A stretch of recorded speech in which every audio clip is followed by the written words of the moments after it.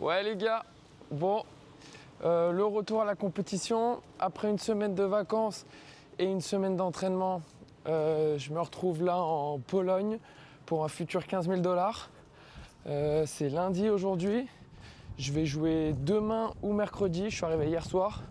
Et là je vais vers le club, je vais vous montrer un peu à quoi ça ressemble ici. J'attends mon partenaire qui va bientôt arriver. Je vous montre un peu la salle d'attente. C'est le player lounge avec un frigo pour les joueurs. Vraiment top. Ils ont installé une tente comme à la salle de gym. Sauf qu'ici elle est plus grande. Mais c'est très bien. Très très bien. Les cours sont cool. Je vais vous montrer ça tout de suite.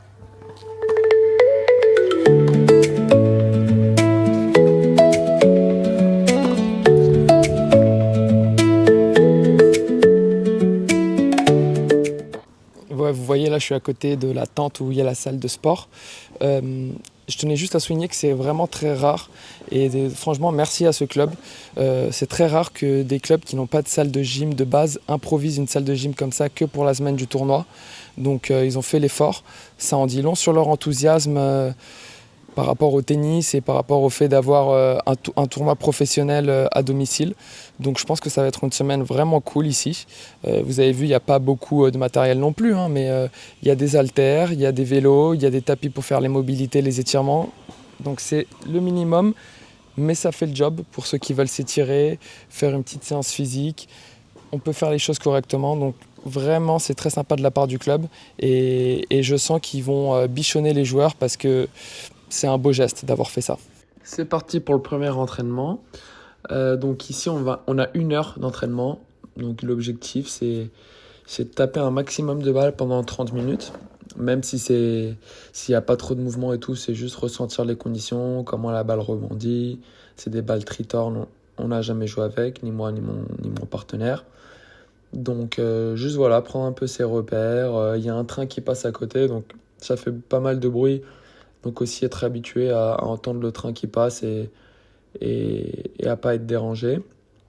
Donc on va bien s'échauffer dans l'axe, on va s'échauffer dans les 2 diagonales, on va faire chacun nos volets, nos services, nos retours.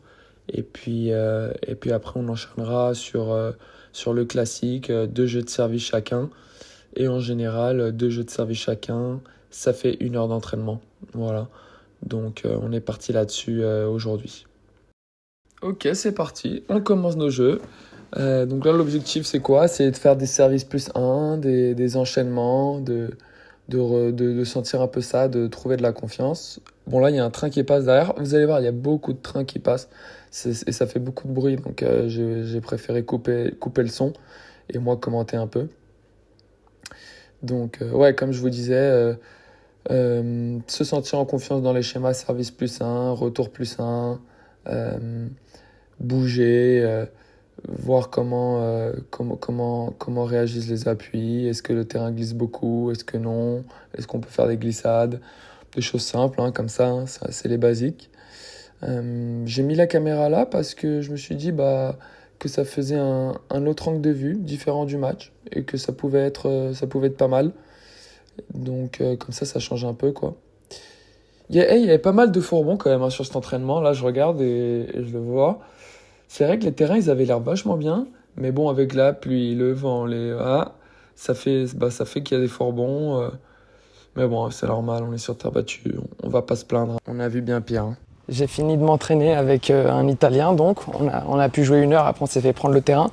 Je vous montre parce que les balles ici, je sais pas si vous arrivez à lire, c'est des tritornes. J'ai jamais joué avec ces balles. Elles sont assez lourdes. Ce matin, on n'a pas eu des balles neuves pour s'entraîner et elles étaient assez lourdes. Donc on va voir si quand elles sont neuves, elles sont lourdes aussi ou pas. Mais en tout cas, j'aime bien parce que ça donne une consistance dans la raquette en fait. Et du coup, on sent vraiment qu'on a quelque chose dans le cordage. Donc les balles tritornes, franchement, à surveiller. Attention, est-ce que ça arrive pas en France? Ou c'est peut-être déjà arrivé en France et je suis pas au courant. Là, je rentre au Airbnb et je tenais à vous montrer que je suis au 5e étage, qu'il n'y a pas d'ascenseur. Hier, avec la valise, c'était pas facile, mais je sens qu'au fur et à mesure de la semaine, je vais m'habituer. Mais les marches, elles sont cruelles, regardez. Interminable. Et ça, c'est un demi-étage. Il y en a 10. Allez, je vais chercher au mental. C'est le moment de faire les courses. Quand on reste à l'Airbnb, faut acheter de la nourriture. Donc là, je suis venu à un supermarché qui a l'air monstrueux. Je ne m'attendais pas à ça. Galerie Casimiers. Solide la galerie, je vous montre ça. Il y a un carrefour à l'intérieur où on va acheter à manger.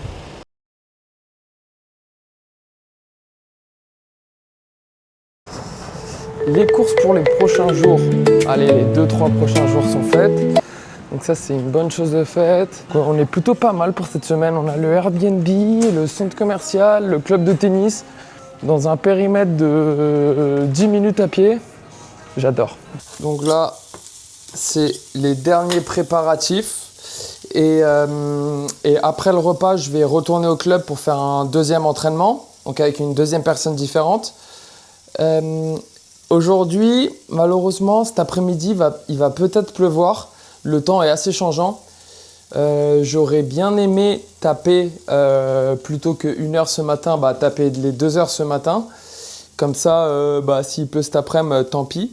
Mais malheureusement, mon partenaire de l'après-midi, il ne pouvait pas ce matin. Donc voilà, je l'ai fait comme ça, un entraînement le matin, un entraînement l'après-midi. Aussi, il faut savoir que moi, j'aime bien prévoir 2 entraînements la veille du match. Premièrement, parce que les gars, en règle générale, ils ne veulent pas taper plus d'1 heure. Donc un seul entraînement d'1 heure, pour moi, c'est pas assez. Donc faire 2 fois 1 heure, je sais que je ne vais pas être fatigué.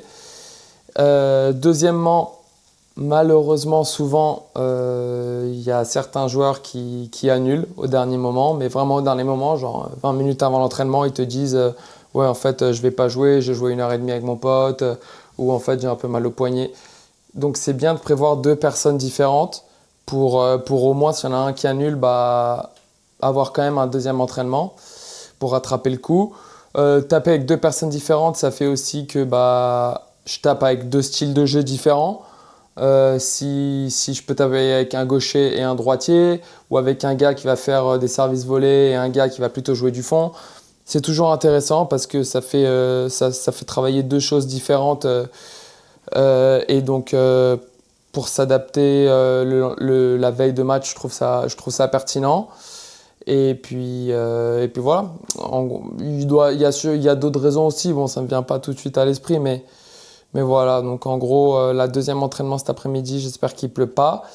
Et après, on saura normalement ce soir si je joue demain en simple ou pas. Si je joue également demain en double ou pas. Le double, je vais le jouer avec un Polonais. Donc voilà, je vous en dirai plus après l'entraînement de cet après-midi. Pour l'instant, repas et après, direction le club. Fin du deuxième entraînement, il n'a pas plu. Magnifique, on a pu s'entraîner. Devinez, je suis où? Je suis dans la tente magique, gymnase 5 étoiles. Et oui, petit décrassage vélo. La prog est sortie, j'ai regardé là juste en venant. Je vais jouer demain, simple et double. Donc grosse journée demain. Je joue simple, première rotation à 11h du matin. Et en double, je joue en 3e rotation, donc vers peut-être 15h ou 16h. Grosse journée demain, je vais rentrer, il me reste quelques raquettes à corder. Et puis voilà, demain ça va à la guerre. Voilà, j'ai terminé de corder. Donc là, j'ai 4 raquettes neuves pour la journée de demain, sachant que j'ai mon match de simple et le match de double. Donc normalement avec ça, je suis à l'abri. Sur la dernière vidéo que j'ai faite, j'ai eu des petits retours. Certains étaient étonnés, d'autres non. Parce que j'avais annoncé que j'utilisais entre 300 et 400 raquettes par an. Que je recordais entre 300 et 400 raquettes par an. C'est pas des chiffres délirants. Là, je vais vous mettre un exemple. La semaine dernière, je me suis entraîné. Sur une semaine, j'ai fait 15 heures d'entraînement tennis. Et il s'avère que le panier de balles à l'académie venait d'être changé. Donc, il n'y avait que des balles neuves. Et sur 15 heures d'entraînement, j'ai recordé 14 raquettes. Donc j'ai utilisé 14 raquettes pour une semaine d'entraînement. Ça fait 6 jours d'entraînement. C'est énorme, hein. D'habitude c'est pas ça, mais Mais pour vous dire que ça peut aller très vite, quoi. 14 raquettes, c'est presque une bobine entière. Et là, vous voyez, pour chaque match, si j'avais pas joué le double, j'aurais eu que ces 3 raquettes. Mais bon, vu que je joue le double, j'en ai une 4e. Parce qu'à chaque changement de balle, donc il faut savoir qu'on change les balles au 9e et 11e jeu, au 10e et au 22e jeu. À chaque changement de balle, moi je change de raquette. Donc la plupart des joueurs, c'est ce qu'ils font pour garder du contrôle et éviter de casser en plein point, genre sur un 40A ou un moment chaud. Donc ça va très très vite. Ça va très très vite. J'avais dit 300 ou 400. Je pense que je suis à peu près dans les clous. N'hésitez pas, vous, à me dire dans les commentaires combien de raquettes vous pensez casser, le cordage, bien sûr, pas le 4 s'il vous plaît. Combien de cordages vous pensez casser par an, par saison. Et puis voilà, comme ça on débat un peu là-dessus. À la fin de l'année, moi je regarderai exactement combien de bobines j'ai acheté, parce que ça c'est simple. Et comme ça on sait que par bobine, allez, on va dire 18 cordages. Donc je pourrais faire le calcul précis et à la fin de l'année, en décembre, je pourrais savoir exactement combien de raquettes j'ai utilisées. Je ferai une vidéo là-dessus, mais pour l'instant, j'ai mes 4 raquettes pour demain. Je pars à la guerre, 2 matchs, là il pleut des cordes, mais je suis confiant, je joue à 11h et ici les terrains ils sèchent vite. Par contre là, le toit il va s'écrouler, c'est un délire. Jour de match aujourd'hui, bon, conditions un peu particulières, je suis arrivé au club, il a plu une grande partie de la nuit et les terrains sont vraiment mouillés. Y a beaucoup de terrains ici, mais il y a beaucoup de matchs aussi. Donc là, le personnel du club, ils essaient de faire le maximum pour que les terrains ils sèchent. Ils passent le râteau, le filet, etc. Mais j'étais censé jouer à 11h et là au final, ils m'ont décalé à midi. Et ensuite, ils m'ont redécalé en 2e rotation. Donc, je vais probablement jouer vers 13h ou 13h30. Je vais pas pouvoir m'échauffer tennistiquement, mais bon, en vrai, personne ne peut trop s'échauffer tennistiquement parce que les terrains d'entraînement, ils sont inondés. Et là, ils s'occupent que des terrains de match pour les refaire, ce qui est normal en vrai. Donc, pas d'échauffement tennis aujourd'hui, du coup, gros échauffement physique. Et faire un peu de gestes dans le vide, etc., histoire de déverrouiller le corps. Et puis voilà, il faudra être attentif dès les premiers points du match.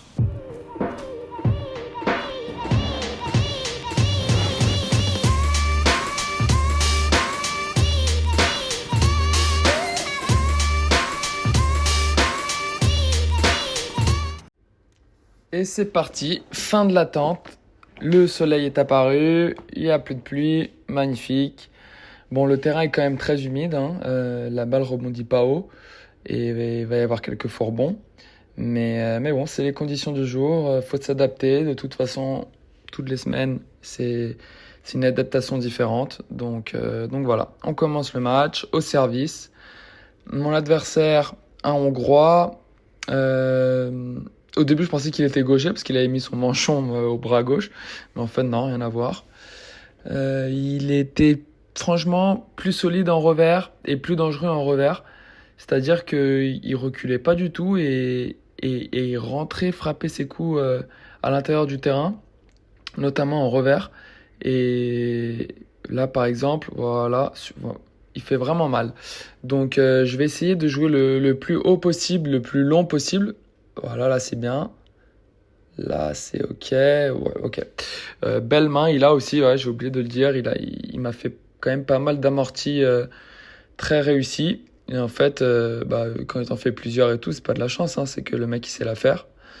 Donc, il va vraiment falloir que j'arrive à le décramponner de sa ligne, parce que à petit faux rebond, mais bon, en vrai, j'étais battu.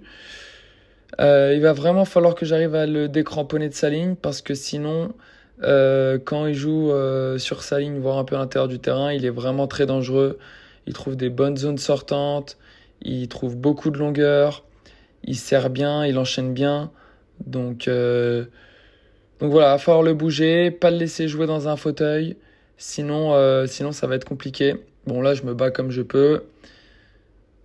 Ouais, il finit au smash. Il servait bien. Là, je vais essayer d'enclencher le rallye avec des balles bombées, c'est pas mal ce revers. Mais là, je raccourcis et Et je me fais punir un peu, voilà, en 2 temps. Il laissait vraiment pas passer beaucoup d'occasions, hein. Dès que je jouais court, là encore, hop, il vient faire mal. Bon, là, je m'en sors bien, j'ai été réactif. Mais ouais, dans ce premier set, pour l'instant, je suis en train de subir un peu son jeu.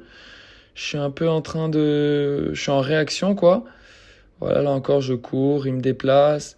Et, et lui, en fait, il fait gauche-droite et c'est lui qui décide. Là, il me fait une demi-volée. Donc vraiment, il refuse de perdre du terrain. Et franchement, c'est très fort ce qu'il produit dans ce début de match. Moi qui voulais taper un maximum de balles pour prendre un peu de rythme parce qu'on n'a pas pu s'échauffer tennistiquement, bah lui, il me laisse pas trop trouver ce rythme-là. Bon, là, il y a un fort bond. Il y a eu pas mal de forts bons comme ça, mais là, je me plains parce que vraiment, je peux pas la toucher, la balle. Mais en vrai, ça doit pas me déconcentrer pour la suite. Ça doit pas me déconcentrer pour la suite. Là, il joue super long encore. Il finit par un coup gagnant. Franchement, bravo, hein, j'ai pas grand-chose à dire. Il trouve vraiment une super longueur, ce gars. Là, c'est bien ce coup droit. Ce deuxième coup droit est très bon aussi. Ah ouais, mais il me fait un contre revers longue ligne. Ouais, non, franchement, là, mes 2 coups droits, pourtant, ils étaient bien. Le deuxième était bien excentré. Il trouve le moyen de me contrer. Là, il refait un retour sur la ligne. Donc, je me retrouve à 0,40. Ça, c'est une mauvaise posture. Je ne l'ai pas breaké du set. Le point s'installe. Pas mal, ce coup droit. Amorti, pas bien touché. Il va être dessus. Et ouais, contre Amorti, premier set pour lui. Ok. On va voir comment démarre ce deuxième set. Est-ce que lui va avoir un petit coup de moins bien et moi je vais en profiter et enquiller 2-3 jeux d'affilée? Ou est-ce qu'il va continuer sur cette lancée? Et à ce moment-là, ça va être à moi de produire quelque chose de nouveau. Parce que sinon je vais pas réussir à inverser la tendance. Il commence assez offensif ce deuxième set. Plutôt à l'image du premier. Là c'est un peu mieux. Je frappe plus de coups droits. Je lève la balle. Voilà, je lève la balle, je gratte la petite faute. Donc mine de rien, ça c'est des petits points encourageants en ce début de deuxième. Arriver à lever la balle un maximum, lui faire jouer au-dessus de l'épaule. Voilà, je lève encore. Ça c'est à plat, mais c'est bien parce que je le déplace et voilà, il fait la faute. C'est pas facile de lever parce que même si je lève, la balle elle rebondit pas trop. Les returns rebondissent pas trop, j'ai l'impression. Et en plus, là les conditions sont extrêmement humides. Donc c'est compliqué de faire gicler la balle. Ce qui fait qu'il prend tout à hauteur de hanche et il me distribue pas mal. Là, c'est bien ce que je fais. Je le déplace. Vous voyez, il était 1,50 m, 2 mètres derrière sa ligne. C'est ça ce que je dois réussir à faire plus souvent dans ce match. Parce que quand il est sur sa ligne, il est trop dangereux. Donc là, arriver à le décramponner pour éviter qu'il distribue comme ça. Là, le rallye s'installe, donc normalement, c'est plutôt bon pour moi, vous voyez. Il va à la faute. Voilà. Arriver à que le rallye s'installe, ça passe par ça. Ça passe par la longueur de balle, par l'intensité. Le faire frapper une frappe de plus, une frappe de plus. Une amortie, je suis dessus. Qu'est-ce qu'il va me faire? Passing. Bien joué, mec. Ok, 3-2 pour lui. Pour l'instant, c'est pas breaké. Bonne première, ça. Bien suivi. Ah, c'est dommage que je sois pas la volée là pour la finir. Mais bon coup droit quand même. 3 partout. Allez, ça serait bien là de venir le breaker. Il est à 30-15. Il s'est pas encore détaché dans ce jeu. Bonne hauteur. Bonne hauteur en revers encore. Vous voyez, là, j'arrive à le neutraliser un peu. Encore de la hauteur. Je me décale. Hauteur avec intensité. Et il fait une faute. Donc vraiment, c'est ça la clé. C'est ça. Je dois réussir à faire ça. Pas à tous les points, parce que c'est peut-être pas possible. Ah, il me fait un ace à 30A, bravo. Peut-être pas à tous les points, mais en tout cas, mon intention de jeu doit être celle-là. Ça, c'est bien suivi. 30-40, attention, situation délicate. Faudrait pas que je me fasse briquer. Ok, ça, c'est un bon coup droit. Vous voyez, il est 2-3 mètres derrière sa ligne. Le revers, là, il est un peu moyen, mais il l'exploite pas. Bon revers longue ligne. Et ouais, d'accord. Fort bon, je peux pas jouer la balle. Je me fais breaker là-dessus. Les boules. Un seul break dans ce set pour l'instant. Et ça vient comme ça. Ouais, 15-0. Il commence bien le jeu en plus pour venir conclure. Est-ce qu'il va trembler ou pas? Est-ce qu'il va me donner une chance de le breaker? Bien joué encore, enchaînement +1. Ah, j'ai retourné court. Ouais, je retourne court et franchement, il me punit. Rien à dire, bravo. Il a, il a pas flanché au moment de servir pour le match. Il allait chercher son match, il a joué offensif, il a été en contrôle tout le match. Honnêtement, j'ai pas réussi à assez le repousser. Bravo à lui, bravo à lui. Fin de la journée, fin de la première journée. Et malheureusement, je me suis fait sortir au premier tour par un Hongrois. J'ai perdu 6-3, 6-3. J'ai pas réussi vraiment à rentrer dans le match. J'ai senti que j'ai pas réussi à vraiment libérer mes coups. J'étais trop en réaction. J'ai pas réussi à assez imposer mes schémas de jeu forts. Lui, en revanche, il a très bien servi tout le match. Il a été agressif. Il montait pas forcément la volée et tout, mais il a été agressif, notamment avec son revers, très bon revers. Il allait chercher ses points, rien à dire. Et c'est vrai que j'ai senti un peu un manque de rythme. J'ai pas été très décisif dans mes choix, que ce soit de repousser ou d'attaquer ou de défendre. C'était un peu flou. Euh, c'est vrai, il y a eu pas mal, il y a eu pas mal de faux rebonds. Enfin, les terrains, c'était compliqué. J'ai pas pu m'échauffer tennistiquement ce matin, donc j'ai aussi ressenti ça, moi qui aime bien m'échauffer. J'ai aussi senti ce manque de sensation au début pour commencer le match. Du coup, pour commencer le match, je me suis dit, ok, je vais commencer solide pour taper un maximum de balles et être assez chaud. Et en fait, j'ai commencé pas solide, mais trop conservateur. Enfin, solide, mais trop conservateur. Et mon adversaire, il a su prendre l'avantage dans le point. Et après, moi, j'ai pas su switcher. Et j'ai pas réussi à imposer moi mes schémas. Donc voilà, ça a défilé 6-3, 6-3. J'ai pas réussi à le breaker une fois du match. Le premier set, rien à dire. Je fais pas un bon set. Le deuxième set, dommage que je me fasse breaker à 4-3. À 4-3, il y a 30-40 si je me souviens. Et il me fait un coup droit qui prend la ligne et qui rebondit pas. Bon, il faudra revoir le jeu. Pourquoi est-ce que je me retrouve à 30-40? Mais un peu le seum quand même que ça m'arrive à ce moment-là pour me faire breaker. Donc voilà, fin de la semaine, enfin pas fin de la semaine, j'ai gagné en double avec mon partenaire. On a gagné 6-2, 6-2.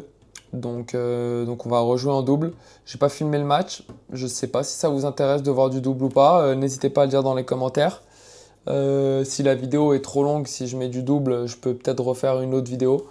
En tout cas, les semaines où je perds prématurément en simple.